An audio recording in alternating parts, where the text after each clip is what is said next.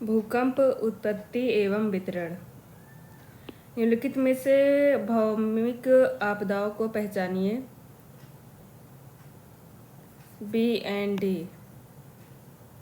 भूकंपीय सुनामी। भूकंप तथा सुनामी भौमिक आपदाओं से संबंधित हैं। साधारण भाषा में भूकंप का अर्थ है पृथ्वी का कंपन। यह एक प्राकृतिक घटना है। ऊर्जा के निकलने के कारण तरंगें उत्पन्न होती हैं जो सभी दिशाओं में फैलकर भूकंप लाती हैं। सुनामी जापानी भाषा का शब्द है जिसका अर्थ पत्तन लहर होता है। सु का अर्थ है पत्तन या बंदरगाह, जबकि नामी का अर्थ लहर होता है। सुनामी को भूकंपीय सागरीय लहर भी कहते हैं। शीत लहर एवं उल्का पिंडों का पृथ्वी से टकराना बाह्य आपदाएं हैं। कच्छ का भूकंप 16 जून 1819, असम का भूकंप 10 जनवरी 1869, कोयना भूकंप 11 दिसंबर 1967, भुज भूकंप 26 जनवरी 2001। निम्नलिखित भाषाओं में सुनामी शब्द किस भाषा से संबंधित है? जापानी। इनमें से कौन सी तरंगें चट्टानों में संकुचन व फैलाव लाती हैं? पी तरंग। विभिन्न प्रकार की भूकंपीय तरंगों के संचरित होने की प्रणाली भिन्न भिन्न होती है। जैसे ही ये संचरित होती हैं तो शैलों में कंपन पैदा होती है। पी तरंगों के कंपन की दिशा तरंगों की दिशा के समानांतर होती है। यह संचरण गति की दिशा में ही पदार्थ पर दबाव डालती है। इसके दबाव के फलस्वरूप पदार्थ के घनत्व में भिन्नता आती है और शैलों में संकुचन व फैलाव की प्रक्रिया घटित होती है। पी तरंग तीव्र गति से चलने वाली तरंग है। पी तरंग ध्वनि तरंगों के समान होती है। ये ठोस, तरल एवं गैस तीनों माध्यमों से गुजरती है। इसे प्राथमिक तरंग कहते हैं। भूकंप से संबंधित प्रत्यास्थ प्रतिक्षेप अर्थात इलास्टिक रिबाउंड सिद्धांत प्रतिपादित किया था एच.एफ. रीड ने।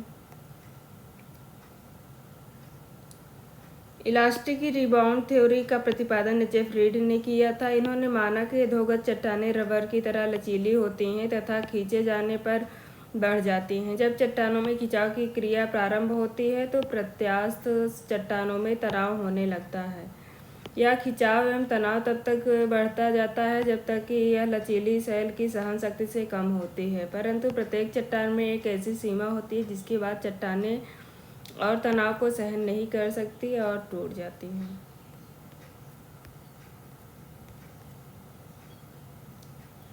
पृथ्वी के आंतरिक भाग में तनाव शक्ति जनित भ्रंश के कारण भूकंप आते हैं। यह कथन किससे संबंधित है? एच.एफ. रीड। कौन सी भूकंपीय तरंग लहरों की गति की दिशा में समकोण पर कंपन करती है? इस तरंग।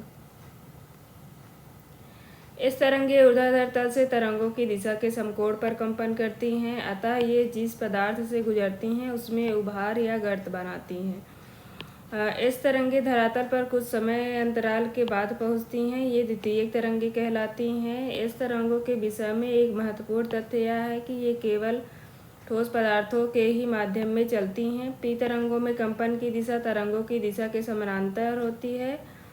यह संचरण गति की दिशा में ही पदार्थ पर दबाव डालती है। भूकंप लेखी द्वारा सैकड़ों झटके दर्ज किए गए।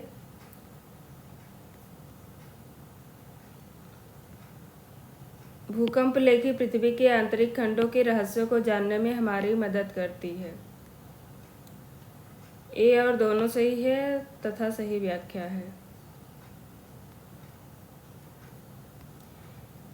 132 ईस्वी के दौरान भूकंप के उत्केंद्र की दिशा का अनुमान लगाने और महसूस न होने वाली तरंगों का पता लगाने के लिए उपयोग किए जाने वाले उपकरण को तैयार करने वाला प्रथम व्यक्ति था चेंग हैग।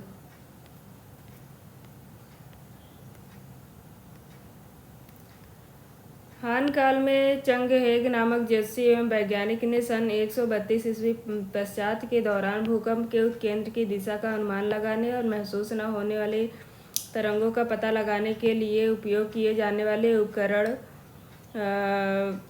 विश्व के प्रथम विश्व भूकंप सूचक यंत्र का आविष्कार किया था। चंग हेग ने वृत्त की परिधि को वृत्त का 3.116 गुना बताया, जिसे बाद में लियो हुई ने 3.14 बताया। भारत का कौन सा भाग न्यून भूकंप संभावित क्षेत्र है? अरावली का पर्वतपात क्षेत्र। भारत के भूकंपीय क्षेत्रीय मानचित्रण के नवीन संस्करण के अनुसार भारत के भूकंप 1 और 2 को 1 में समाहित कर जोन 2 का निर्धारण किया गया। इस प्रकार अब देश को 4 भूकंपीय क्षेत्रों में विभक्त किया गया है। जोन 2 के अंतर्गत भारत का 41.4% भू क्षेत्र और जोन 3, 4 व 5 के अंतर्गत 58.6% भूकंप क्षेत्र के वर्ग में आता है। भारतीय मानक ब्यूरो ने भारत का भूकंप प्रतिरोधी डिजाइन कोड तैयार किया है, जिसके अंतर्गत भूकंप जोन विशेष क्षेत्र का गुरुत्वीय त्वरण का क्षैतिज अनुभूत त्वरण के आधार पर क्षेत्र के कारक का निर्धारण किया गया है। अधिकतम प्रभाव क्षेत्र जोन 5 तीव्रता 9 से अधिक प्रभाव क्षेत्र जोन 4 तीव्रता 7 से 8, मध्यम प्रभाव क्षेत्र जोन 3 तीव्रता 6 से 7, न्यून प्रभाव क्षेत्र जोन 2 तीव्रता 5 से 6। न्यून प्रभाव क्षेत्र जोन 1 और 2 को जोन 2 में सम्मिलित कर भूकंप की दृष्टि से यह सबसे कम सक्रिय क्षेत्र है। इसका विस्तार प्रायद्वीपीय पठारी भूभाग पर प्रमुख रूप से मिलता है तथा दक्षिणी पूर्वी राजस्थान, पश्चिमी मध्य प्रदेश, दक्षिणी झारखंड और दक्षिणी छत्तीसगढ़, पश्चिमी उड़ीसा, आंध्र प्रदेश तथा अधिकांश पश्चिमी व मध्यवर्ती भाग कर्नाटक का अधिकांश क्षेत्र आदि शामिल है। निम्नलिखित में से असत्य कथन छांटिए। चट्टानों के भ्रंश तल के सहारे खिसकने के कारण विवर्तनिक भूकंप उत्पन्न होते हैं। ये सही सत्य है। काय तरंगे धरातली तरंगों को उत्पन्न करती हैं। ये भी सत्य है। पी तरंगे तरंग दिशा के समानांतर कंपन करती हैं। ये भी सत्य है। इस तरंगे ध्वनि तरंगों जैसी होती हैं। ये असत्य है, क्योंकि ये जल तरंगों या प्रकाश तरंगों के समान होती हैं, जिनमें कणों की गति लहर की दिशा के समकोण पर होता है। एल तरंगे अधिकेंद्र पर सबसे बाद में पहुंचती हैं, क्योंकि इनका वेग सबसे कम होता है और भ्रमण पूरे पृथ्वी के धरातल का करना होता है, इसलिए इनको लंबी अवधि लहर भी कहा जाता है। इनकी गति और प्रभाव जल एवं थल दोनों पर होता है। ये तरंगे सर्वाधिक विनाशकारी होती हैं। निम्नलिखित में से असत्य कथन छांटिए। भूकंप उत्पन्न कारक ऊर्जा प्रायः भ्रंश के सहारे ही निकलते हैं। अधिकेंद्र भूतल पर उद्गम केंद्र के समीपतम बिंदु होते हैं। ये भी सत्य है। सभी प्राकृतिक भूकंप दुर्बल मंडल में आते हैं। ये असत्य है। भूकंप का उद्गम केंद्र अवकेंद्र भी कहलाता है।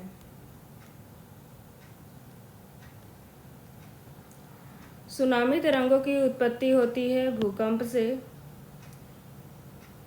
सुनामी महासागरों में उत्पन्न उच्च ऊर्जा वाली लहरें होती हैं, जिनकी उत्पत्ति मुख्य रूप से महासागरीय तली में भ्रंशन तथा प्लेटों के टकराने से होता है। इसके अलावा सुनामी की उत्पत्ति महासागरीय तली पर ज्वालामुखी के विस्फोटक उद्गार, अंतःसागरीय बृहदाकार भूस्खलन आदि द्वारा भी होता है।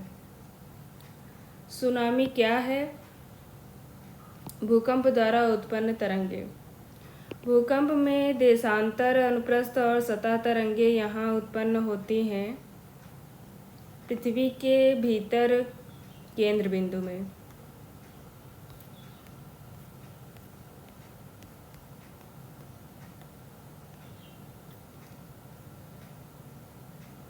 मर्केली पैमाना उच्चतम तीव्रता की पहुंच के सुसंगत रिक्टर परिमाण।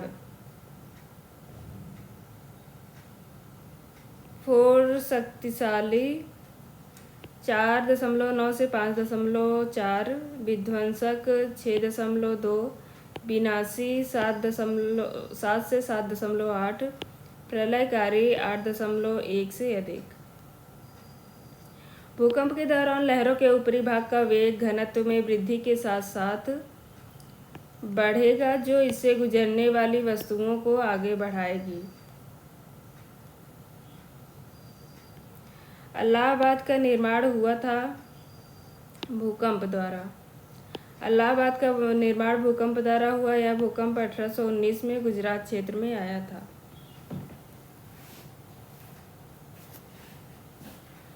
निम्नलिखित में से कौन पी भूकंपीय तरंगों की छाया कटिबंध को प्रदर्शित करता है? 105 से 145 डिग्री। भूकंप की कौन सी तरंगें तरल माध्यम से गुजरने के दौरान से अपवर्तित हो जाती हैं? पी तरंगें। भूकंप की तीव्रता मापने के लिए हम मर्केली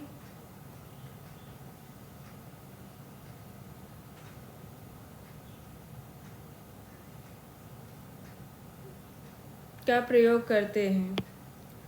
भूकंप की तीव्रता मापने के लिए हम मर्केली स्केल का प्रयोग करते हैं। यह मापक गुणात्मक है, परिमाणात्मक नहीं। यह मापक इंद्रियों द्वारा प्राप्त अनुभव, विनाशकारी प्रभाव आदि के आधार पर विकसित किया जा गया है। भूकंप का भूकंपी केंद्र स्थित होता है अधिकेंद्र के 90 डिग्री पर। देशांतर या संपीड़नीय भूकंपी लहरों को किस नाम से जाना जाता है? पी तरंग। सतही तरंगों के लिए निम्न में से कौन सा कथन गलत है? वे केवल परपटी के माध्यम से चलती हैं। वे तत्व तरंगों की तुलना में कम आवृत्ति की तरंगें होती हैं। वे एक भूकंप मापी पर आसानी से पहचाने जा सकते हैं। वे तत्व तरंगों से पहले आते हैं।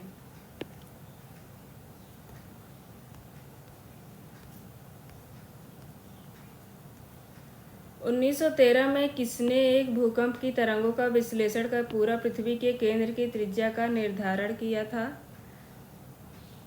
बेनो गुटेनबर्ग।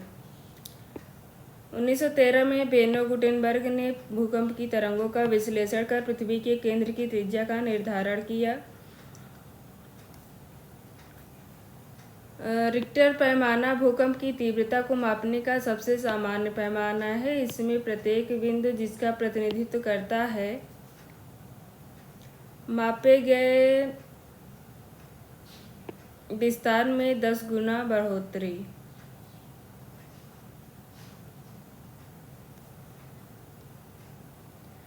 निम्न में से कौन सी भूकंपीय तरंगें तरल माध्यम में से यात्रा कर सकती हैं? पी तरंग। भारत में उच्च गहनता की भूकंपीय मेखला हिमालय क्षेत्र में स्थित है। हिमालय के क्षेत्र में अनुदैर्ध्य उत्क्रम मेखलाएं हैं। दोनों सही है, परंतु सही व्याख्या नहीं है।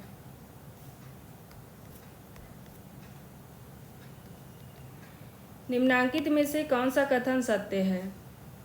भूपृष्ठ के निचले भाग के आधार पर भूकंपीय तरंगों की गति में अचानक वृद्धि हो जाती है। ये सत्य है।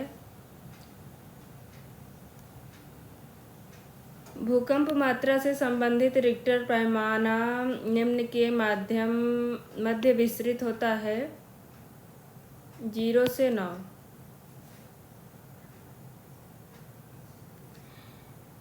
रिक्टर पैमाने का विकास वर्ष 1935 में अमेरिकी भूवैज्ञानिक चार्ल्स फ्रांसिस रिक्टर द्वारा किया गया था। इसमें 0 से 9 तक संख्याएं होती हैं।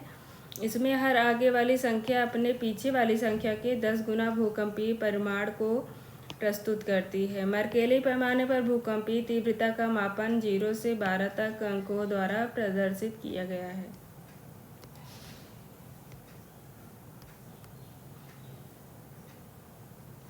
भूकंप की उत्पत्ति पृथ्वी की परपटी में आकस्मिक संचलन से होता है। सही है। पृथ्वी के अंतराल में एक जलवाष्प परपटी तोड़कर बाहर जाता है। दोनों सही है परंतु सही व्याख्या नहीं है। निम्नलिखित में से कौन सी घटना धरातल पर नहीं घटित होती? सुनामी, ये महासागर में घटित होती हैं।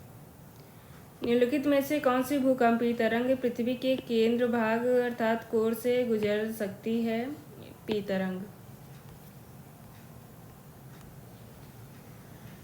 प्राथमिक भूकंपीय तरंगों की गति होती है 8 से 14 किलोमीटर प्रति सेकंड।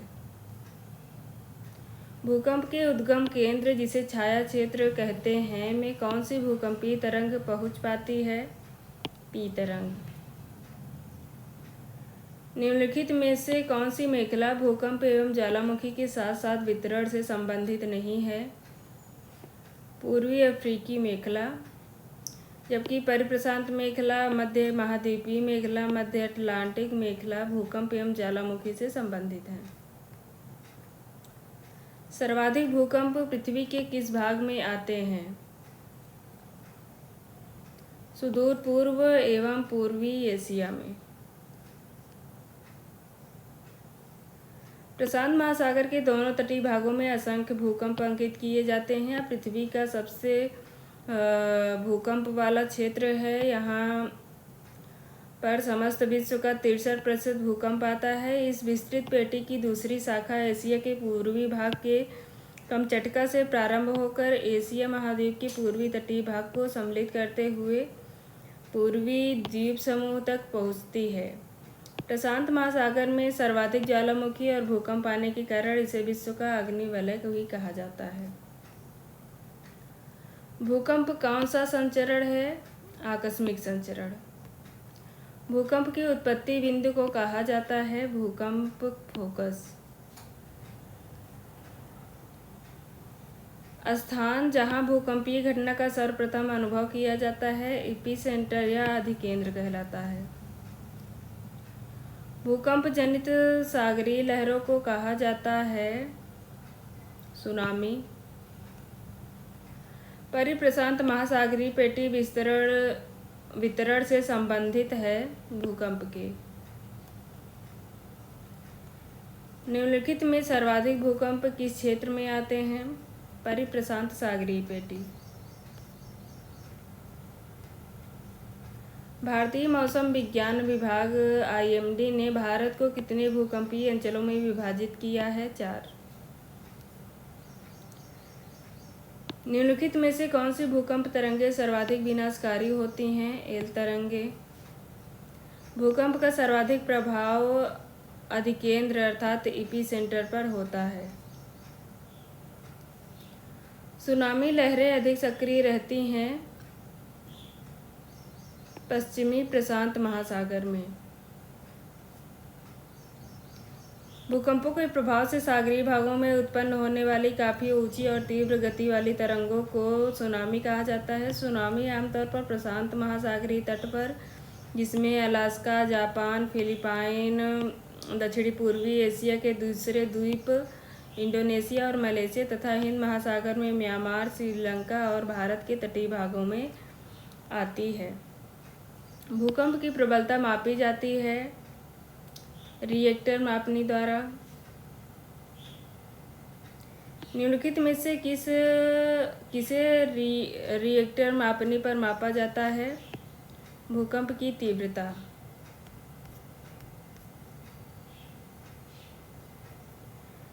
निम्नांकित नगरों को संभावित भूकंपीय तीव्रता के आधार पर आरोही क्रम में व्यवस्थित कीजिए तथा प्रदत्त कोड से सही उत्तर का चयन कीजिए। हैदराबाद, चेन्नई, लखनऊ, दिल्ली।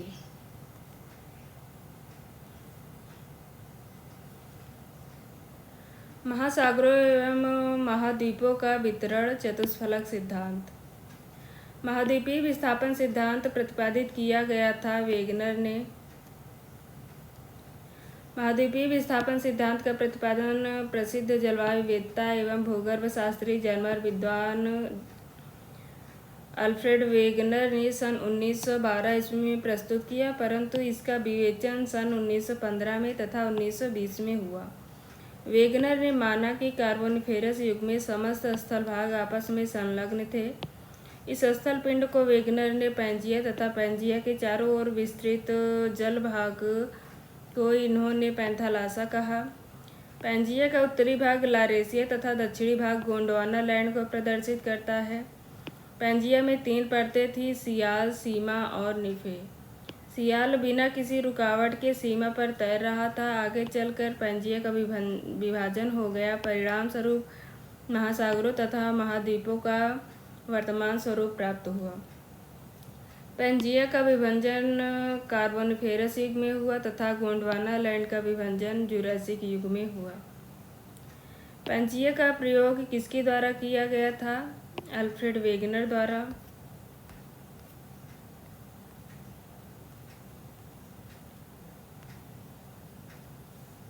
भूसन्नति सिद्धांत।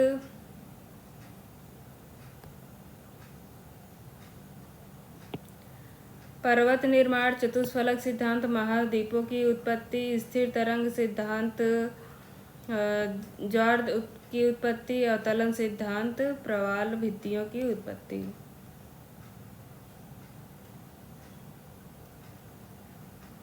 निम्नलिखित में से किसने सर्वप्रथम यूरोप, अफ्रीका व अमेरिका के साथ होने की संभावना व्यक्त की? अब्राहम आर्टेलियस।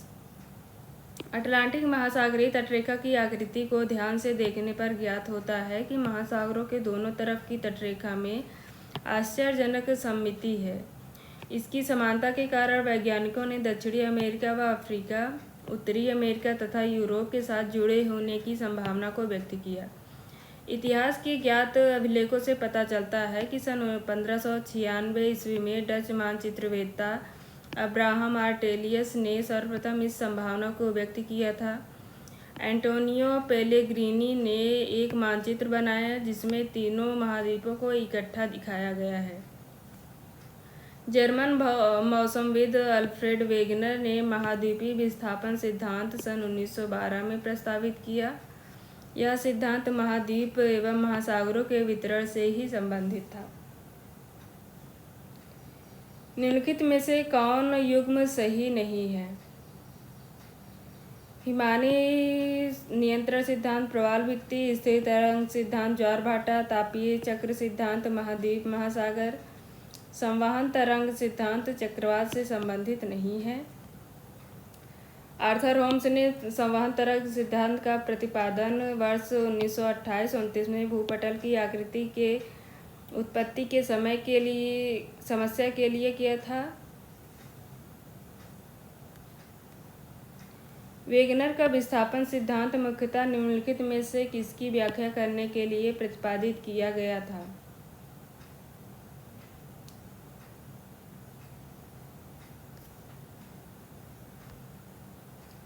बी अर्थात बी तथा डी।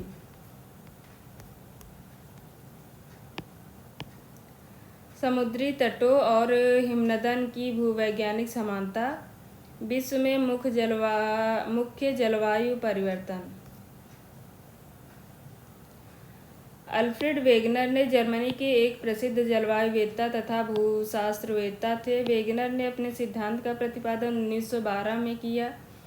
उनका सिद्धांत मुख्यतः समुद्री तटों और हिमनदन की मुख्य वैज्ञानिक समानता और विश्व में मुख्य जलवायु परिवर्तन की व्याख्या करने के लिए प्रतिपादित किया गया था तथा वेगनर ने महाद्वीपीय विस्थापन के पक्ष में अनेक प्रमाण भी प्रस्तुत किया, जैसे महाद्वीपों में साम्यता, महासागरों के पार चट्टानों की आयु में समानता, टिलाइट प्लेसर निक्षेप तथा जीवाश्मों का वितरण आदि।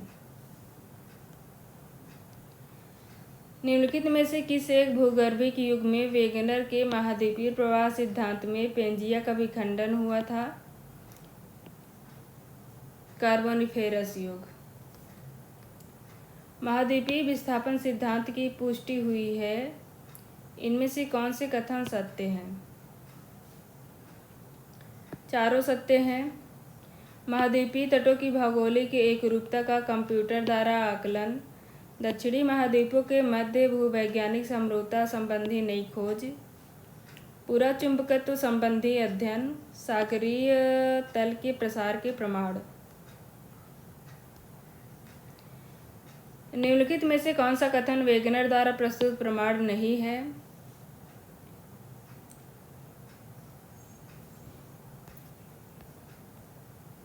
डी, लेमिंग जीवों का विलुप्त होना। पूरा जीवाश्म प्रमाण, महाद्वीपों की जिग्सॉ फिट सेटिंग, पूरा जलवायु प्रमाण।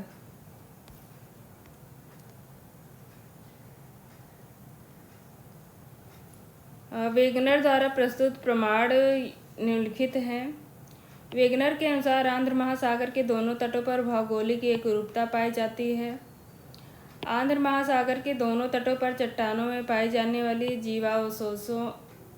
जीवावशेषों अर्थात फॉसिल्स तथा वनस्पतियों के अवशेषों में पर्याप्त समानता पाई जाती है। स्कैंडिनेविया के उत्तरी भाग में पाए जाने वाली लेमिंग नामक छोटे छोटे जंतु अधिक संख्या में हो जाने पर पश्चिम की ओर भागते हैं, परंतु आगे स्थल न मिलने के कारण सागर में जलमग्न हो जाते हैं। इससे यह प्रमाण मिलता है कि अतीत काल में जब स्थल भाग एक में मिले थे तो ये जंतु पश्चिम की ओर जाया करते थे। अतः लेमिंग जीवों का विलुप्त होना वेगनर के महाद्वीपीय प्रवास सिद्धांत का प्रमाण नहीं है। वेगनर के महाद्वीपीय विस्थापन सिद्धांत के अनुसार लॉरेंसिया एवं गोंडवाना लैंड के मध्य कौन सा सागर था? टेथिस सागर। वर्तमान भूत की कुंजी है जेम्स हटन।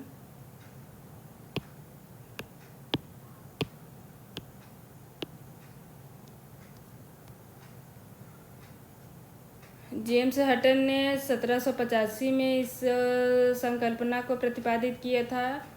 हटन ने बताया कि भूगर्भिक प्रक्रम भूगर्भिक इतिहास के प्रत्येक काल में समान रूप से सक्रिय थे। इसी आधार पर उन्होंने प्रतिपादित किया कि वर्तमान भूत की कुंजी है। चतुष्फलक सिद्धांत, लोथियन ग्रीन। महाद्वीपीय विस्थापन सिद्धांत, वेगनर। संवहनीय धारा सिद्धांत, आर्थर होम्स। पर्वत निर्माण, कोबर।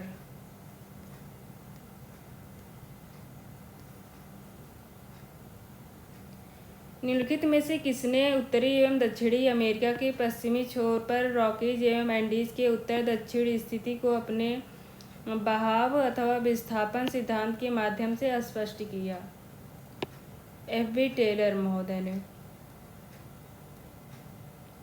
महाद्वीपों के प्रवाहित होने की संभावना का सुझाव सर्वप्रथम एंटोनियो स्नाइडर ने 1858 में दिया, परंतु टेलर ने 1910 में महाद्वीपीय प्रवाह की परिकल्पना के आधार पर मोड़दार पर्वतों के वितरण को स्पष्ट करने का प्रयास किया, परंतु वेगनर ने 1912 में महाद्वीपीय प्रवाह को सिद्धांत के रूप में लिखा।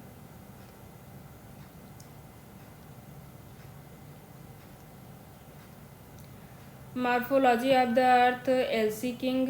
Principal of physical geology, A. Holmes. Geomorphology, Sparks. Principle of geomorphology, W.D. Thornbury. भूगर्भ शास्त्रीय दृष्टि से निम्नलिखित में से कौन सा द्वितीय श्रेणी का स्थल रूप नहीं है? महासागर। महासागर तथा महाद्वीप प्रथम श्रेणी के स्थल रूप हैं, जबकि पठार, पर्वत और मैदान द्वितीय श्रेणी के।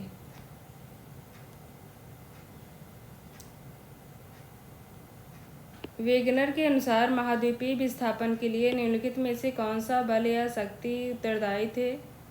ज्वारीय बल।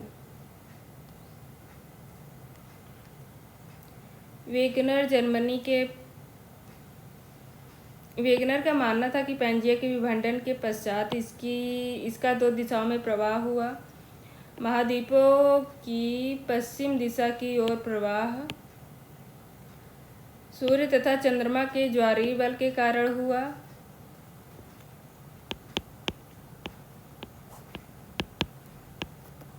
सन एंड मून।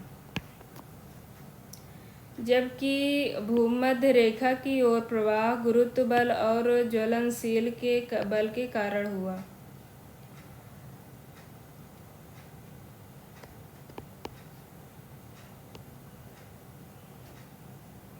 ग्रेविटी।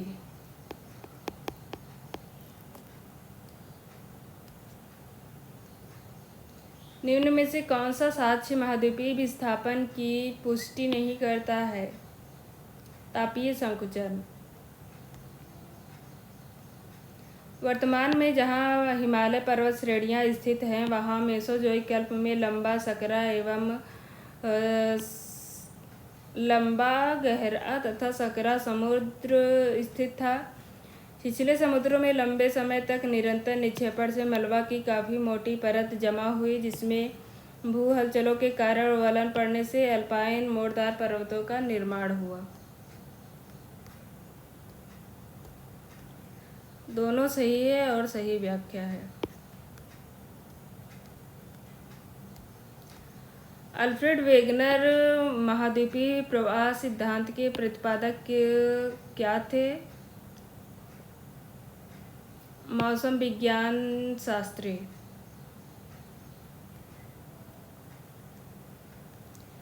निम्नलिखित विद्वानों में किसने सर्वप्रथम 1960 में सागर नितल प्रसरण की संकल्पना को प्रतिपादित किया? हैरी हेस। हैरी हेस ने प्लेट विवर्तनिकी सिद्धांत से संबंधित अपनी संकल्पना को प्रस्तुत किया। वेगनर ने महाद्वीपीय प्रवाह से संबंधित अपने सिद्धांत का प्रतिपादन किया।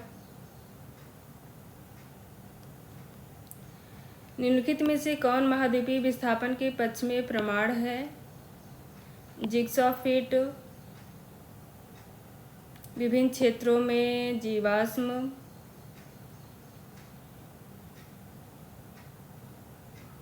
तथा ए एंड सी।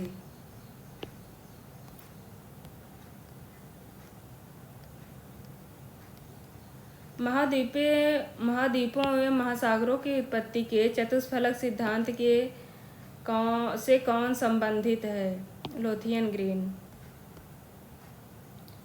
महासागर महाद्वीप प्रथम श्रेणी के उच्चावच कहलाते हैं। इनकी उत्पत्ति के विषय में अनेक विद्वानों ने अलग अलग मत प्रतिपादित किए। केल्विन के, होम्स, वेगनर, सोलस तथा लोथियन ग्रीन की चतुष्फलक परिकल्पना संकुचन पर आधारित है। चतुष्फलक की रचना 4 समबाहु त्रिभुजों के मिलने से होती है। द्वि-अर्थ शिफ्टिंग क्रस्ट पुस्तक किसने लिखी है? चार्ल्स हैपगुड।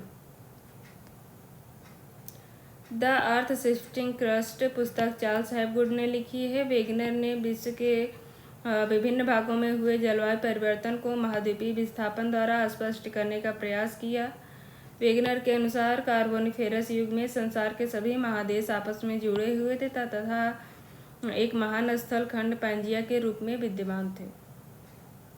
महाद्वीपीय उद्भव के अवसाद भूजात कहलाते हैं।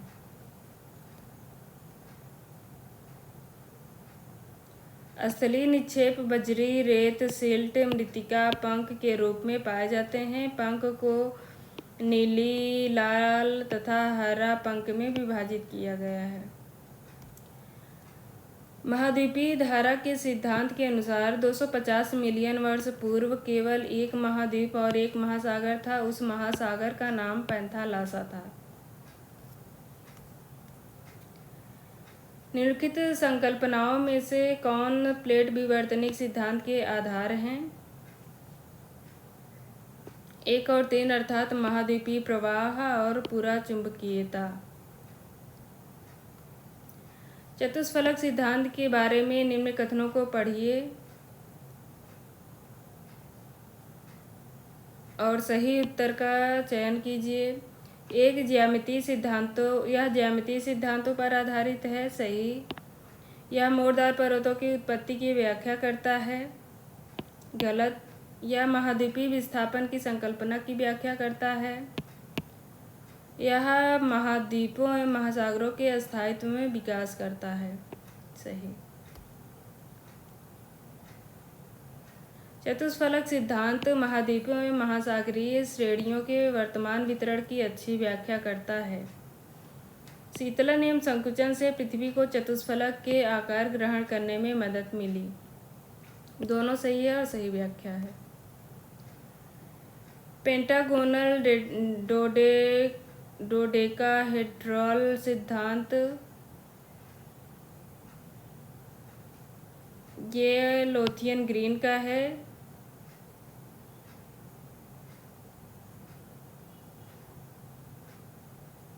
चतुष्फलक सिद्धांत लोथियन ग्रीन, प्रवाह महाद्वीपीय प्रवाह सिद्धांत वेगनर, सागरीय निकल, ये गलत है और सभी सही हैं।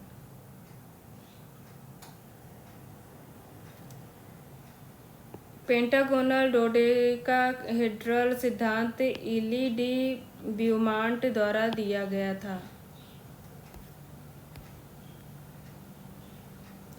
वेगनर का महाद्वीपीय विस्थापन का सिद्धांत संबंधित है महाद्वीप एवं महासागरों की उत्पत्ति से। निम्नलिखित में से कौन महाद्वीपों एवं महासागरों की उत्पत्ति का सिद्धांत नहीं है? भूसन्नति सिद्धांत।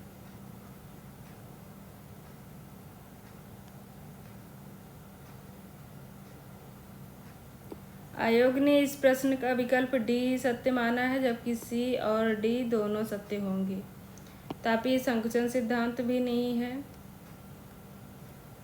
सिद्धांत तथा उसके प्रवर्तक: महाद्वीपीय विस्थापन सिद्धांत वेगनर, समुद्र तल प्रसरण सिद्धांत हैरी हेस, संवहन तरंग सिद्धांत आर्थर होम्स, प्रत्यास्थ प्रतिक्षेप सिद्धांत एच.एफ. रीड। संप्राय भूमि डब्ल्यू.एम. डेविस, एकरूपतावाद जेम्स हटन, चतुष्फलकीय परिकल्पना लोथियन ग्रीन, पारस्परिक संवहन तरंग सिद्धांत आर्थर होम्स।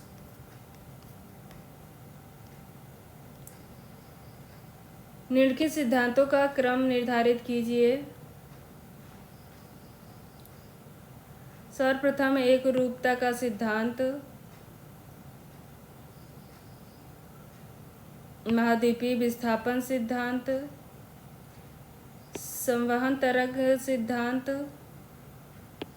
गति संतुलन का सिद्धांत। जेम्स हटन ने 1785 में एकरूपता का सिद्धांत दिया, जबकि जर्मन भूगोलवेत्ता महाद्वीपीय विस्थापन सिद्धांत का प्रतिपादन 1912 में किए। संवहन तरंग सिद्धांत आर्थर होम्स ने 1928 में किए, जबकि गतिक संतुलन सिद्धांत जी.टी. हैक ने 1960 में। निम्नलिखित में से कौन सा एक प्रक्रम महादेशीय संचलन नहीं है? भूस्खलन। जबकि अवतलन, उत्थान, निमज्जन ये महादेशीय संचलन है। भव्य डायनासोर के परिक्षेपण में निम्नलिखित में से कौन सी महत्वपूर्ण परिघटना है? महाद्वीपीय विस्थापन। निम्नलिखित में से कौन से कथन महाद्वीपीय प्रवाह सिद्धांत के बारे में सत्य है? सही उत्तर के चयन हेतु अधोलिखित कूट का उपयोग कीजिए।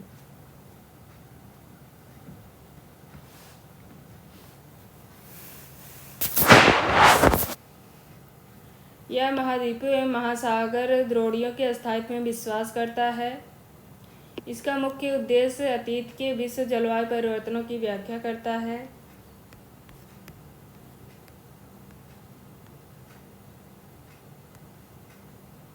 इसे ब्रिटेन के अल्फ्रेड वेगनर ने प्रतिपादित किया, जो मूलतः एक भूविज्ञानी थे। इसका विश्वास है कि आरंभ में सभी स्थलखंड ने परस्पर जुड़कर महान स्थलखंड पैंजिया का निर्माण किया। 2 और 4 सही हैं।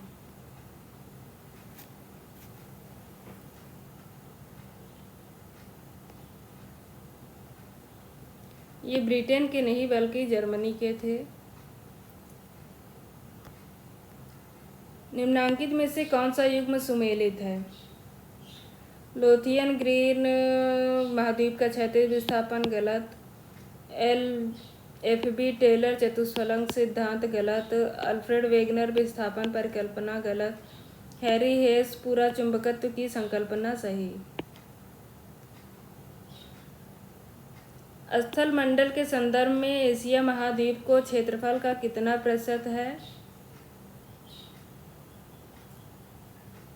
30%। वेगनर के अनुसार महाद्वीपीय विस्थापन के लिए निम्नलिखित में से कौन सा बल या शक्ति उत्तरदायी है? ज्वारीय बल।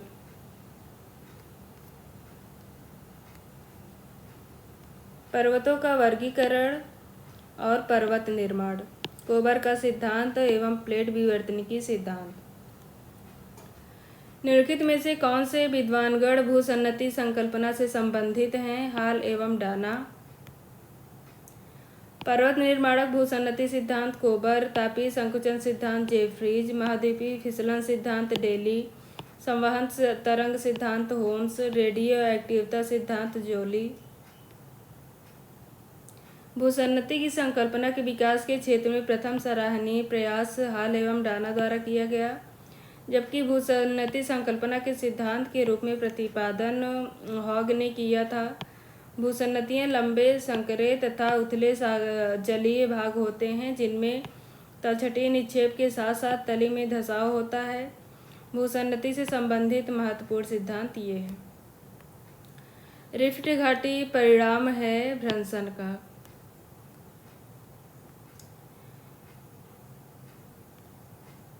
रिफ्ट घाटी भ्रंशन का परिणाम है। किसी स्थान पर जब दो सामान्य भ्रंश कई किलोमीटर की लंबाई में इस तरह पड़ते हैं कि उनके बीच का भाग नीचे धंस जाता है और एक बेसिन घाटी का निर्माण होता है, तो इसे रिफ्ट घाटी या ग्राबेन कहते हैं। विश्व की सबसे लंबी रिफ्ट घाटी जॉर्डन नदी की घाटी है, जो लाल सागर के बेसिन में होते हुए जाम्बेजी नदी तक 4800 किलोमीटर की लंबाई में विस्तृत है। कैलिफोर्निया की डेथ वैली तथा एशिया का डेथ सी रिफ्ट घाटी के मुख्य उदाहरण हैं। दक्षिणी अमेरिका के मोड़दार पर्वत का उदाहरण दीजिए। एंडीज पर्वत। दक्षिणी अमेरिका की एंडीज पर्वत नवीन मोड़दार पर्वत है। यह विश्व की सबसे लंबी 7200 किलोमीटर लंबी पर्वतमाला है और इसकी अधिकतम चौड़ाई 15 डिग्री दक्षिणी अक्षांश एवं मकर रेखा के बीच है। इकांकागुआ एंडीज की सबसे ऊंची चोटी है, जिसकी ऊंचाई है 6960 मीटर। यह इसके दक्षिणी भाग में स्थित है। उत्तरी भाग में चिम्बराजो लगभग 6267 मीटर एवं कोटोपैक्सी 5896 मीटर ऊंची है। ग्राबेन उत्पन्न होता है भ्रंशन से। सैन एंड्रियास भ्रंशन किसका उदाहरण है? ट्रांसफॉर्म भ्रंशन।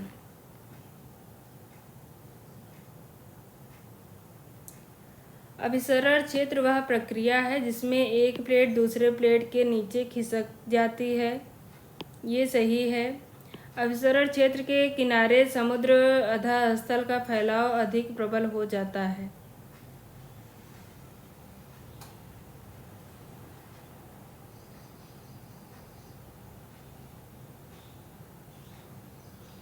दोनों असत्य है। जब एक प्लेट दूसरी प्लेट के नीचे धंसती है और जहां भूपर्पटी नष्ट होती है, वह अभिसरण सीमा कहलाती है।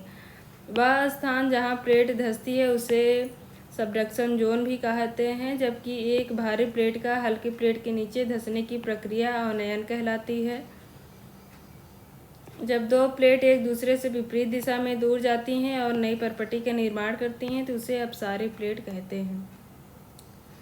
प्लेट विवर्तनिकी का सिद्धांत निम्नलिखित में से किसके या किनके उद्भव और अवस्थिति के व्याख्या करने में सहायता नहीं करता? पर्वत तंत्र, प्रमुख समुद्र अधःस्थल, भूकंप इनकी व्याख्या करता है। भूकंप और प्रमुख समुद्र अधःस्थल इनकी व्याख्या करता है। समुद्री धारा और जलवायु क्षेत्र इनकी व्याख्या नहीं करता। भूकंप और पर्वत तंत्र अर्थात केवल सी।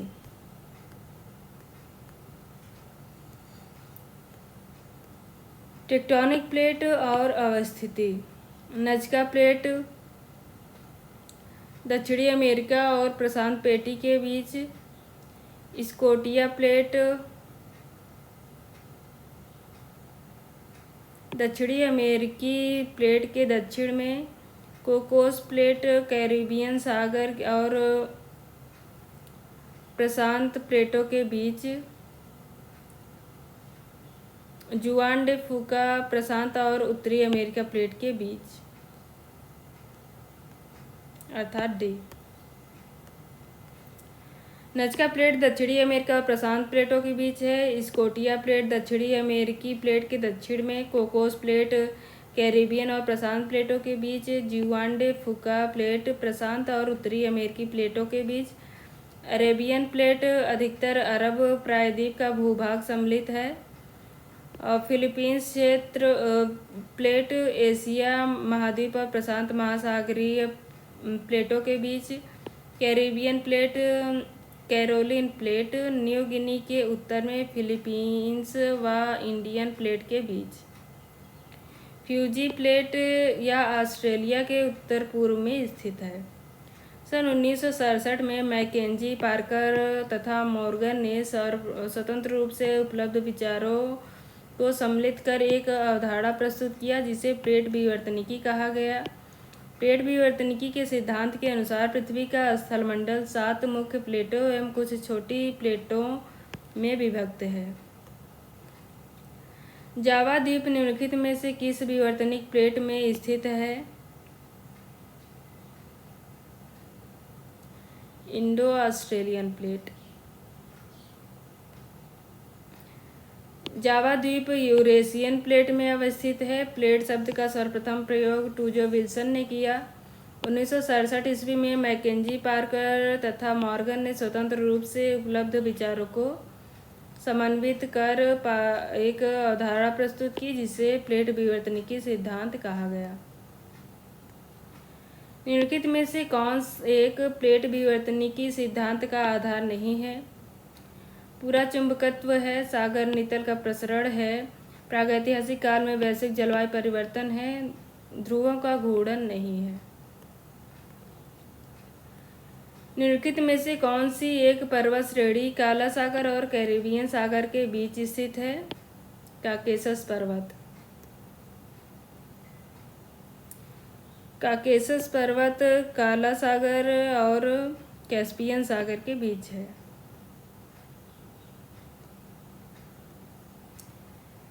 एक प्लेट का दूसरी प्लेट के नीचे खिसकने की प्रक्रिया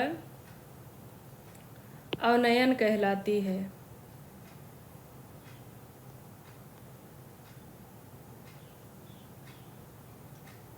इसको अभिसरण सीमा या अवनयन कहते हैं। अभिसरण 3 प्रकार के होते हैं: महासागरीय व महाद्वीपीय प्लेट के बीच, 2 महाद्वीपीय प्लेटों के बीच, 2 महासागरीय प्लेटों के बीच। जब 2 प्लेटें एक दूसरे से विपरीत दिशा में अलग होती हैं और नई परपटी का निर्माण करती हैं तो उन्हें अपसारी प्लेट कहते हैं। प्लेट का सर्वप्रथम प्रयोग टूजो विल्सन ने किया था। टूजो विल्सन कनाडा के हैं जो भूवैज्ञानिक थे। उन्होंने 1955 में प्लेट शब्दावली का प्रयोग किया। हैरी हेस ने 1960 में सागर नितल प्रसरण या सागरीय अधःस्थल विस्तार की परिकल्पना प्रस्तुत की। भू अभिनति को चारों ओर से घेरने वाले दृढ़ भूकंप को कोबर ने ओरोजेन कहा, क्रेटोजेन कहा।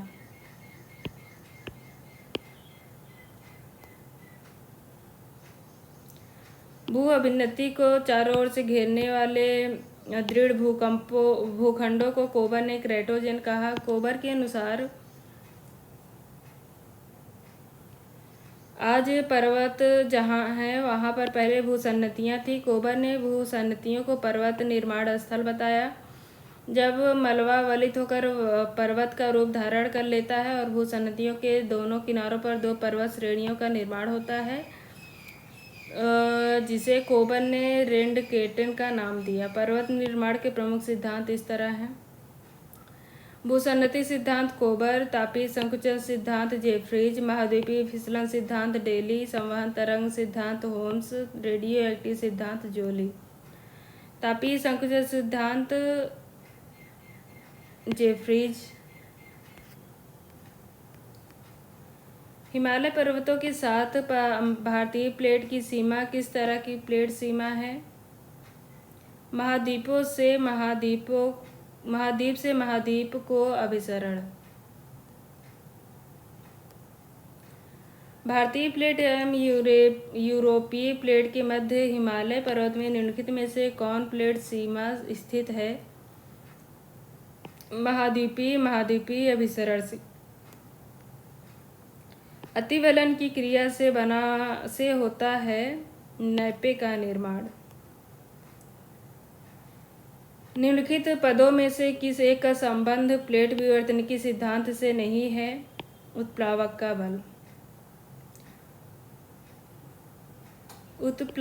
का बल। जबकि चुंबकीय विसंगति सागर नितल प्रसरण और प्रत्यावर्तन संबंधित है।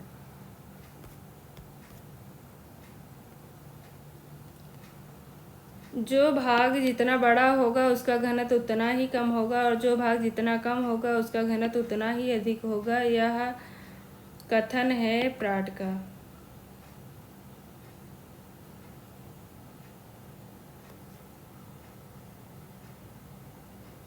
अर्थात घनत्व और ऊंचाई में विपरीत संबंध।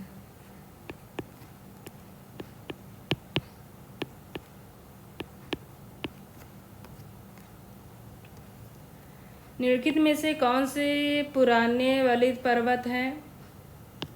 अरावली। निम्नलिखित में से कौन सा ज्वालामुखी पर्वत नहीं है? Mount Sierra Nevada. यह एक विस्तृत ब्लॉक पर्वत है, कैलिफोर्निया में स्थित है। Mount Kilimanjaro Tanzania. ज्वालामुखी पर्वत के उदाहरण Vesuvius Italy, Cotopaxi Ecuador, mount Fujiyama Japan, Aconcagua Chile, mount Mayon Philippines. निम्नलिखित में से कौन सा भ्रंशोत्त पर्वत है? वासजेश पर्वत। क्षैतिज संचलन के द्वारा तनाव मूलक बल के कारण जब दो भ्रंशों के बीच का भाग यथावत रहे एवं किनारे के भाग नीचे धंस जाए तो ऊंचे उठे भाग को भ्रंशोत्त पर्वत कहते हैं। इसका ये ढाल एकदम खड़ा और शिखर समतल होता है, जैसे यूरोप में वासजे तथा ब्लैक फॉरेस्ट, पाकिस्तान में साल्ट रेंज, कैलिफोर्निया में सियरा नेवादा और भारत में सतपुड़ा पर्वत। विश्व का सर्वाधिक विस्तृत ब्लॉक पर्वत है सियरा नेवादा। निम्न में से कौन सा नवीन वलित पर्वत का उदाहरण नहीं है? अप्लेशियन नहीं है, जबकि हिमालय, आल्प्स और एंडीज हैं। निम्नलिखित में से किसकी गति न्यूनतम है? आर्कटिक कटक की।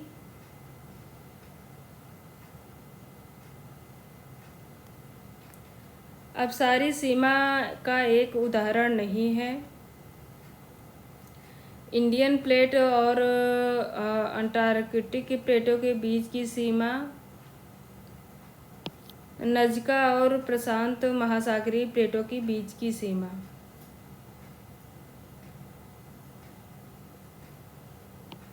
यहाँ अभिसरण हो रहा है।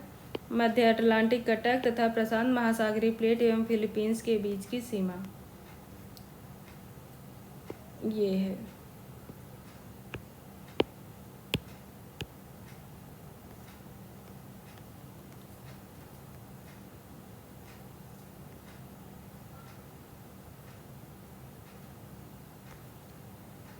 छोटी प्लेट कैरोलिन प्लेट के बीच स्थित है, फिलीपींस तथा इंडियन प्लेट। भूगर्भिक समय सारणी के कौन से महाकल्प में भू सतह पर दो पर्वत निर्माण अवस्थाएं या चरण अनुभव किए जाते हैं? पैलियोजोइक में।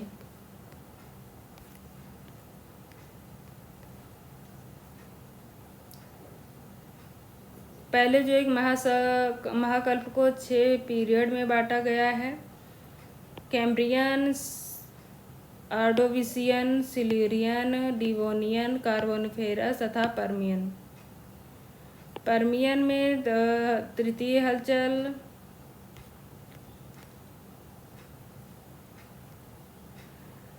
पहले जो एक महाकल्प में भूसतह पर दो पर्वत निर्माण अवस्थाएं अनुभव की गईं। पहले जो एक महाकल्प के सिल्यूरियन युग में पर्वत निर्माण प्रक्रिया का कैलोडोनियन हलचल हुआ, जिसके परिणाम स्वरूप अपलेशियन, स्कॉटलैंड तथा स्कैंडिनेविया के पर्वत का निर्माण हुआ। इसके बाद पर्मियन काल भी पहले जो एक महाकल्प के अंतर्गत आता है। इस काल में तृतीय पर्वत हलचल अर्थात हर्सिनियन के फलस्वरूप बने पर्वतों के भ्रंशों के कारण ब्लैक फॉरेस्ट तथा वासे जैसे भ्रंशोत्तर पर्वत का निर्माण हुआ। बेनी ऑफ जोर किस प्रकार के प्लेटों के किनारों के सहारे पाई जाती हैं? विनाशात्मक प्लेट किनारे। पद स्वासिनबर्ग संबंधित है कोबर के भू अभिनति सिद्धांत से। स्वासिनबर्ग ये पद कोबर के भू अभिनति से संबंधित है। कोबर ने अपने भू अभिनति सिद्धांत में भूसन्नतियों के चारों ओर प्राचीन दृढ़ भूखंडों को क्रेटोजिन कहा तथा भूसन्नति के दोनों ओर दो पर्वत श्रेणियों का निर्माण होता है, जिसे उन्होंने रेंडकेटेन कहा। वलन की क्रिया से जो बीच का भाग अप्रभावित रहता है उसे कोबर ने स्वासिनबर्ग कहा, जिसे सामान्य रूप से मध्य पिंड भी कहा जाता है। माउंट सेंट हेलेंस विश्व के किस भाग में अवस्थित है? संयुक्त राज्य अमेरिका।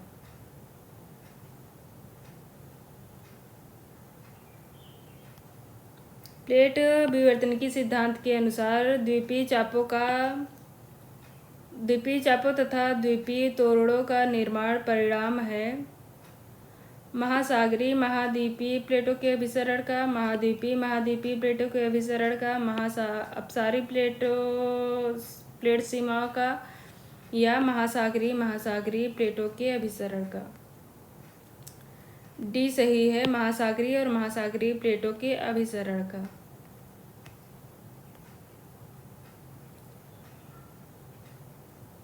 यह अपेक्षाकृत अधिक घनत्व वाली प्लेट का अधःक्षेपण होता है, जो गर्त और ज्वालामुखी द्वीपों का निर्माण होता है।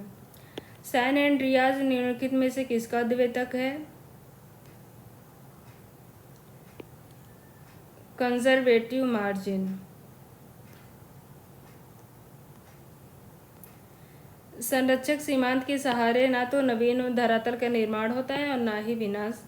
इस सिद्धांत के सहारे दो प्लेट आपस में रगड़ खाते हैं, फलस्वरूप ट्रांसकरेंट भ्रंश का निर्माण होता है। प्लेटों के घर्षण के कारण इन क्षेत्रों में भूकंप उत्पन्न होते हैं। सैन एंड्रियाज ट्रांसकरेंट भ्रंश का ही उदाहरण है। स्थल मंडलीय पट्टिकाओं के रचनात्मक उपांत को निम्नलिखित में से किसके द्वारा अभिव्यक्त किया जाता है? मध्य अटलांटिक कटक। क्षतिपूर्त स्थल का संकल्पना किसके द्वारा प्रतिपादित किया गया था? प्राट महोदय ने। निम्नलिखित में से कौन सी दुनिया की प्रमुख महाद्वीपीय प्लेट नहीं है? उत्तरी अमेरिकी प्लेट है, दक्षिणी अमेरिकी प्लेट है, अंटार्कटिका और आसपास के समुद्री प्लेट हैं, अरेबियन प्लेट छोटी प्लेटें हैं। अन्य छोटी प्लेटें ये प्रमुख बड़ी प्लेटें हैं। इंडियन प्लेट, प्रशांत प्लेट, अफ्रीकी प्लेट, उत्तरी अमेरिकन प्लेट, दक्षिणी अमेरिकन प्लेट, यूरेशियन प्लेट तथा अंटार्कटिका प्लेट। संयुक्त राज्य अमेरिका का सियरा नेवादा पर्वत किसका उदाहरण है? ब्लॉक पर्वत। अंडोरा यूरोप का एक छोटा देश किस पर्वत पर स्थित है? पिरेनीज पर्वत। नजका प्लेट स्थित है दक्षिण अमेरिका के पश्चिम में।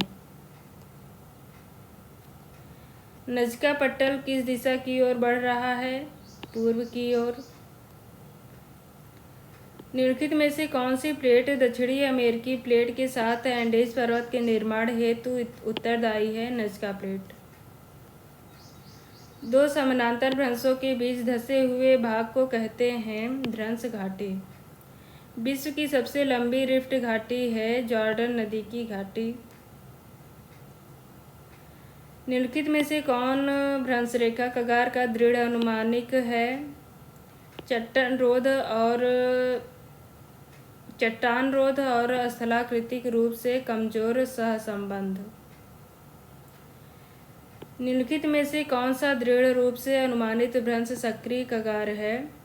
भ्रंश के पार अध्यारोपित अपवाह।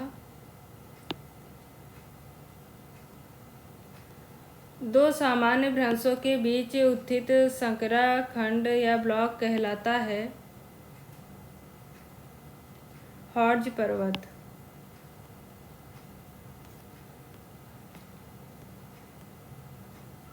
जब तीव्र दबाव के कारण वलन की दोनों भुजाएं एक दूसरे के समानांतर एवं क्षैतिज अवस्था में आ जाते हैं तो परिणाम स्वरूप वलन कहलाता है परिवलन। यदि किसी वलय में दोनों किनारे समानांतर होने के साथ एक दूसरे के क्षैतिज भी हों तो यह किस प्रकार के वलन के उदाहरण हैं? श्यान वलन। सामान्य भ्रंश दोनों खंडों का विपरीत दिशा में विस्थापन। उत्क्रम भ्रंश दोनों शैलखंडों का एक दूसरे की ओर संचलन। पार्श्व भ्रंश जब भ्रंश तल के सहारे शैलखंड का क्षैतिज विस्थापन।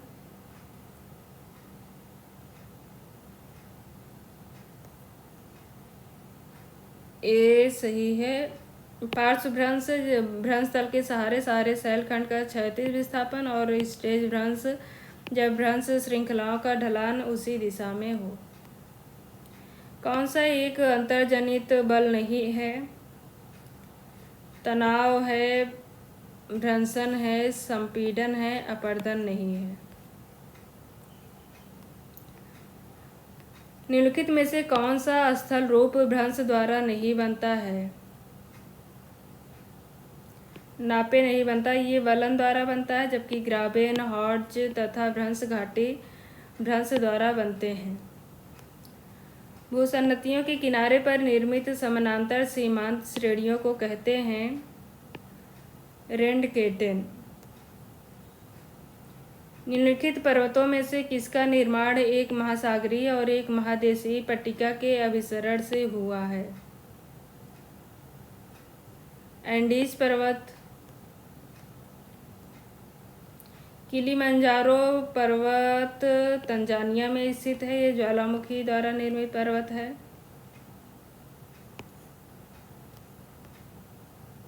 निम्नलिखित में से कौन सा अंक विश्व की मुख्य टेक्टोनिक प्लेटों की संख्या बतलाता है? 7। निम्नलिखित में से कौन सा बड़ी प्लेट का एक उदाहरण है? प्रशांत प्लेट। अत्यधिक वलन के परिणाम स्वरूप होता है नापे निर्माण। विवर्तनिक बल के कारण निम्नलिखित में से किस लक्षण का निर्माण होता है?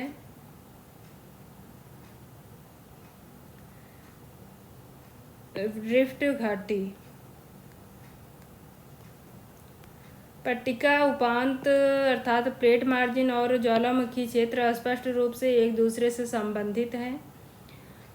ये सही है। अधिकांश ज्वालामुखी क्षेत्र अभिसरण पट्टिका सीमाओं पर स्थित हैं। दोनों सही है और सही व्याख्या है। भू आकृतिक संकट और घटना। भ्रंशन कैलिफोर्निया भूकंप 1906। ज्वालामुखी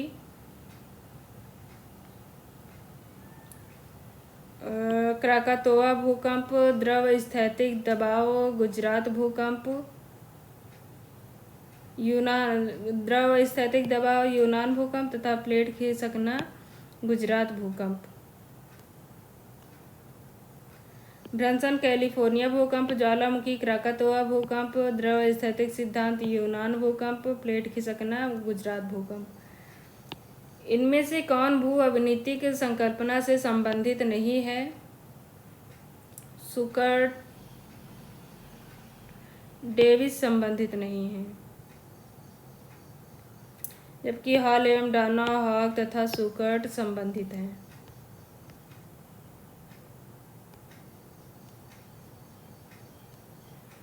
भू अभिनति का समग्र सिद्धांत किसके द्वारा प्रस्तुत किया गया था? ई हॉग द्वारा। निम्न में से किसने प्लेट विवर्तनिकी सिद्धांत का प्रतिपादन किया? हैरी हेस।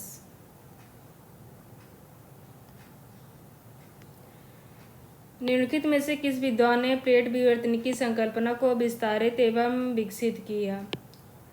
उपरोक्त तीनों अर्थात विल्सन, पार्कर, मैकेंजी। पंचशील घाटी अवस्थित है अफगानिस्तान में। निम्नलिखित में से कौन भारत की सबसे प्राचीन पर्वत श्रृंखला है? अरावली। कैलिफोर्निया की सैन एंड्रियास भ्रंश पट्टल सीमा और पट्टल गतियों के निम्नलिखित प्रकारों में से किसका उदाहरण है? दक्षिणावर्त गति के साथ रूपांतरित सीमा। निम्नांकित में से कौन सा पर्वत वलित पर्वत नहीं है? Black forest. यूराल पर्वत किस श्रेणी के पर्वत हैं? प्राचीन वलित पर्वत। संसार के सबसे युवा पर्वत कौन से हैं? हिमालय। भारत में अरावली पर्वत का निर्माण हुआ था कैलिडोनियन युग में। निम्नलिखित में कौन भारतीय प्लेट का भाग नहीं है? सऊदी अरब नहीं है, जबकि ऑस्ट्रेलिया, बोर्नियो, श्रीलंका है। जब प्रतिकूल दिशा में अंतर्जात अर्थात एंडोजेनिक बल क्षितिजीय रूप में कार्य करती है, जिसके कारण दबाव और तनाव पैदा होते हैं और परिणाम स्वरूप एक बड़ी गुंबदाकार आकृति के स्थल रूप का निर्माण होता है, तब यह प्रक्रिया क्या कही जाती है? संवलनीकरण। समुद्र आधार के प्रसार का सिद्धांत हैरी हेस तथा डाइट्स ने दिया था। निम्नलिखित में से कौन सी पर्वत श्रेणी पामीर घाट से नहीं निकलती है?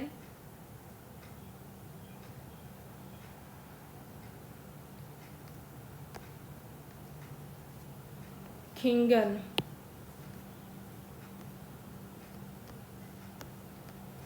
कौन सा युग्म सुमेलित है?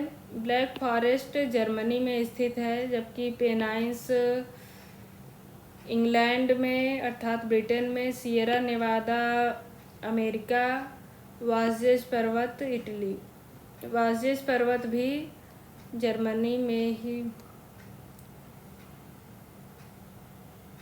वाज़ेस पर्वत फ्रांस में स्थित है। नवीन वलित पर्वतों को टर्सीरी पर्वत भी कहा जाता है। इनका निर्माण मुख्यतः रचनात्मक प्लेट किनारों के सहारे होता है। कथन सही है, कारण गलत। दो समानांतर भ्रंशों के बीच उठे हुए भाग को क्या कहा जाता है? ब्लॉक पर्वत।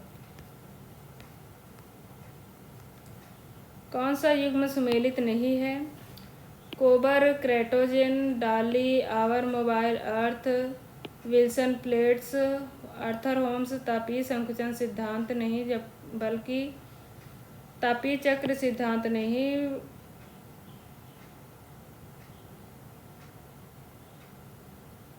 संवहन तरंग सिद्धांत इन्होंने दिया था, जबकि तापीय संकुचन सिद्धांत जेफ्रीज ने दिया।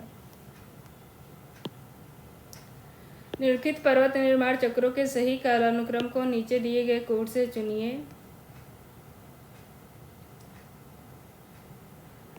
टॉर्डोनियन,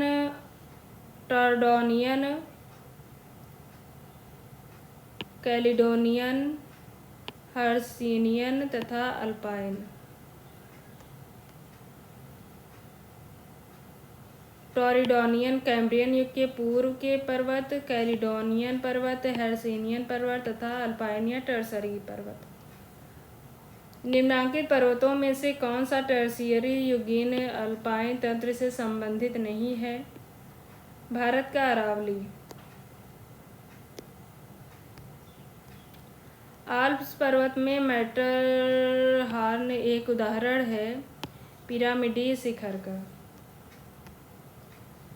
आल्प्स वलित पर्वत, वास्यज भ्रंशोथ पर्वत, विंध्य अवशिष्ट पर्वत और फ्यूजियामा ज्वालामुखी पर्वत।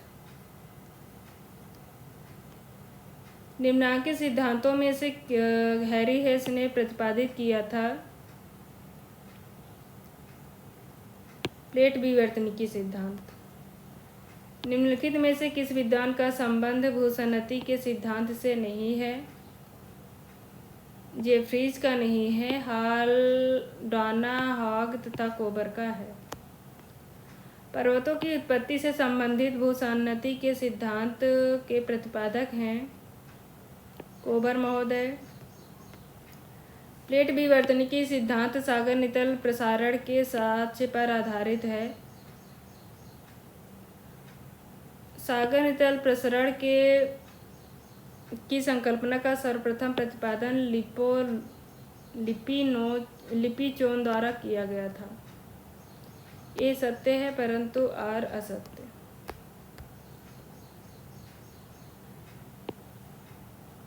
इस सिद्धांत का प्रतिपादन हैरी हेस ने किया था। जब तनाव के कारण भूखंड पर दो समानांतर तरंगें पड़ती हैं तथा मध्यवर्ती भाग के दोनों ओर के स्थल खंड नीचे धंस जाते हैं तथा मध्य भाग खड़ा रहता है तो उसे कहते हैं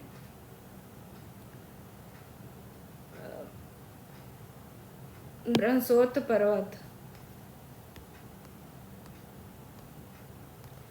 अपसारी प्लेट सीमाओं पर शांत ज्वालामुखी उद्गार होता है। मध्य महासागरीय कटकों से महासागरीय क्रस्ट विपरीत दिशा में गतिशील है। दोनों सही है परंतु सही व्याख्या नहीं है। अपसारी प्लेट किनारों द्वारा सागर नितल में प्रसरण हो रहा है। रचनात्मक प्लेट किनारों द्वारा भ्रंश का निर्माण होता है। दोनों सही है परंतु सही व्याख्या नहीं है।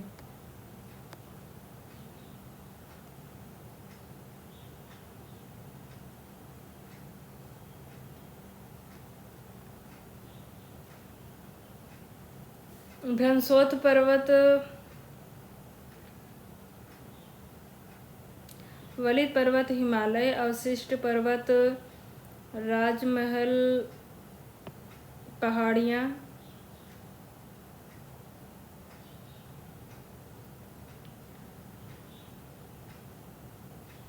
भ्रंशोथ पर्वत नीलगिरी,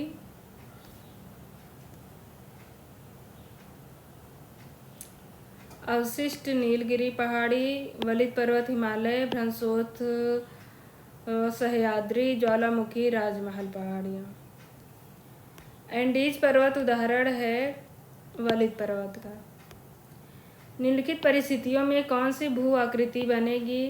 पृथ्वी पटल में दरारों के बीच में एक स्थलखंड ऊपर उठ जाता है।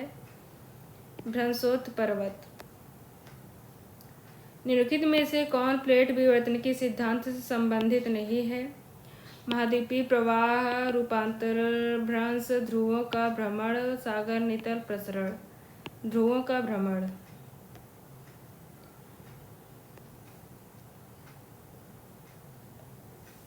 पर्वतों की उत्पत्ति का रेडियोधर्मिता सिद्धांत प्रस्तुत किया था जोली महोदय ने। निम्नलिखित में से कौन सी विशेषता चुंबकीय उत्तरी ध्रुव की है? मंद खिसकाव। निम्न में से कौन सा कथन सही है? एटलस पर्वत श्रेणी एक वलित पर्वत है। सही। विषुवत रेखीय प्रदेश विश्व में सबसे गर्म प्रदेश हैं। गलत।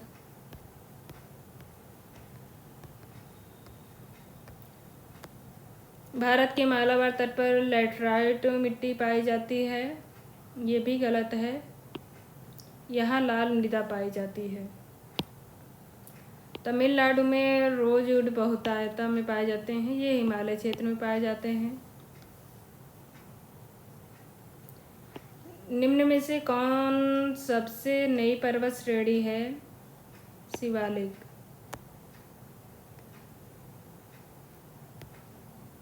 डॉवर क्लिफ, हडसन मोहाक।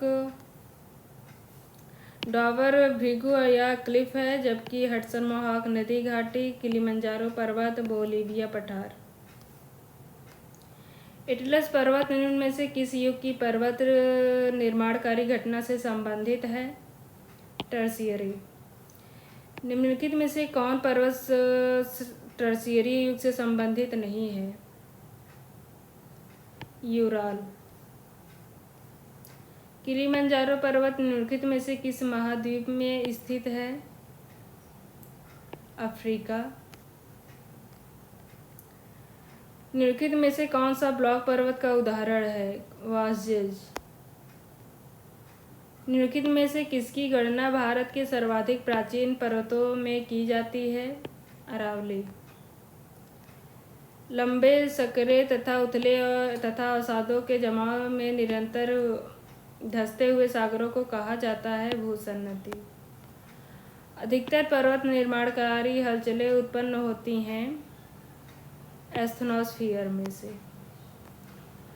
पर्वत निर्माण के संवहन तरंग सिद्धांत का प्रतिपादन किसने किया था? होम्स ने।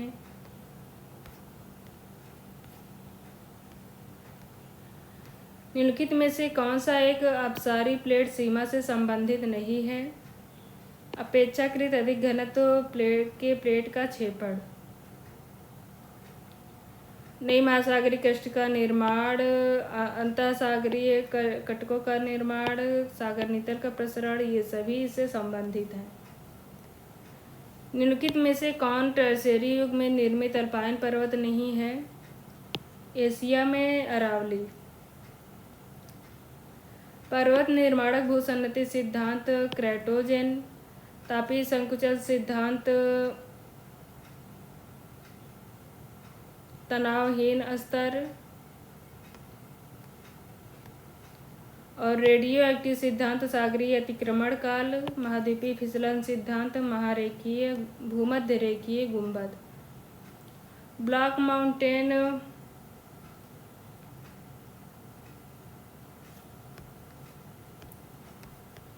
Vindhyachal, volcanic mount Popa, relict mountain Aravalli, fold mountain Pennines. निम्नलिखित में से कौन सा लॉरेशिया का भाग है? चीनी प्लेट।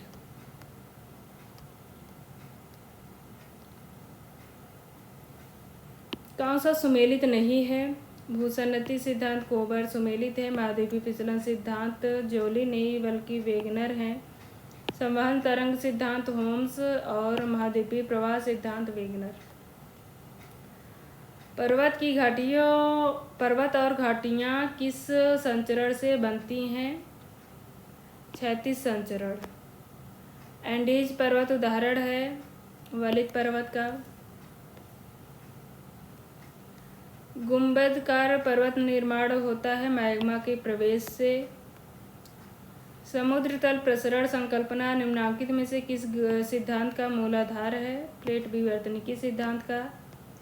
फ्रांस का ब्लैक फॉरेस्ट एक भ्रंश पर्वत है। निम्न पर्वतों में से कौन टर्शियरी पर्वतीकरण का परिणाम नहीं है? अपलेशियन पर्वत। कौन सी नवीन पर्वत श्रृंखला है? हिमालय। अपसरण पट्टिका मार्जिन के कारण समुद्र तल प्रसार होता है। सही। संरचनात्मक पट्टिका मार्जिन के फलस्वरूप भ्रंश निर्मित होता है।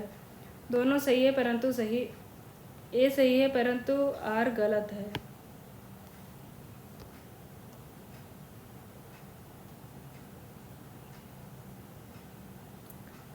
संरचनात्मक पट्टिका मार्जिन के फलस्वरूप भ्रंश निर्मित होते हैं। महानव रिफ्ट घाटी इसका उदाहरण है। दोनों सही है और सही व्याख्या नहीं है। आयोग द्वारा इसको सी माना गया था जबकि सही उत्तर बी होगा।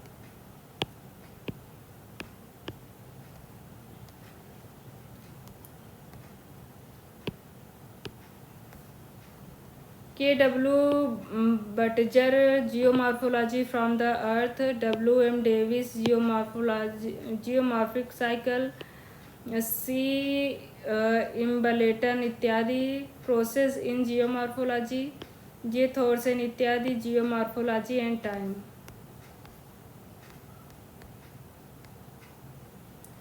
समुद्र अधः स्थल विस्तार की संकल्पना का प्रतिपादन हैरी हेस ने किया। प्राचीन पर्वतमालाओं के अवशेष कठोर पिंडों के कुछ भागों में स्थित हैं, सही है। और कठोर पिंड क्षेत्रों में प्राचीन पर्वतमालाएं मुलायम अवसादी चट्टानों से निर्मित होती हैं।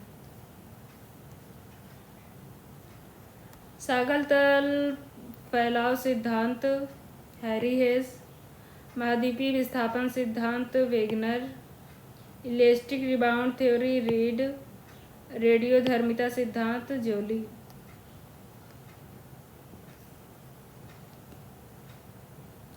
पर्वत निर्माण के सिद्धांतों को उनके प्रकाशित होने के अनुक्रम में व्यवस्थित कीजिए।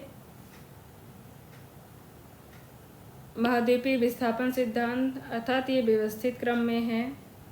महाद्वीपीय विस्थापन सिद्धांत 1912, संवहन तरंग सिद्धांत 1928-29, समुद्र फैलाव सिद्धांत 1960, प्लेट विवर्तनिकी सिद्धांत 1967। मैग्मा अपवर्तक पटल सीमा रेखा पर निःसृत होता है। ऊर्ध्वगामी मैग्मा संरचनात्मक पटल सीमा पर अपवर्तित पटल के शीर्ष पर पहुंचता है। दोनों सही और सही व्याख्या है।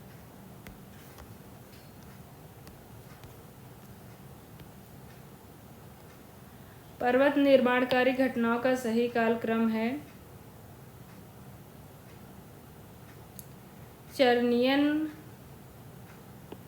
चर्नियन, कैलिडोनियन, हर्सिनियन, अल्पाइन।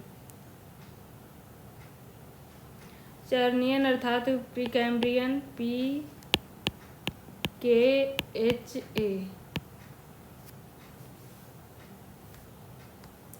कौन सा सुमेलित नहीं है? भूसन्नति सिद्धांत सुमेलित है। महाद्वीपीय फिसलन सिद्धांत जोली नहीं बल्कि वेगनर ने दिया था, डेली महोदय ने दिया था फिसलन सिद्धांत 1925 में। और संवहन तरंग सिद्धांत होम्स, महाद्वीपीय प्रवाह सिद्धांत वेगनर। निम्न में से कौन सा पर्वत मिश्रित या जटिल पर्वत का उदाहरण है? Sierra Nevada. यह एक अवरोधक पर्वत है जिसकी ऊंचाई, सबसे ऊंची चोटी माउंट विटनी है जो यूएसए मुख्य भूमि की सबसे ऊंची चोटी है। इस पर्वत के ढालों पर अवस्थित घने जंगलों में रेड इंडियन नामक जनजाति का आवास पाया जाता है।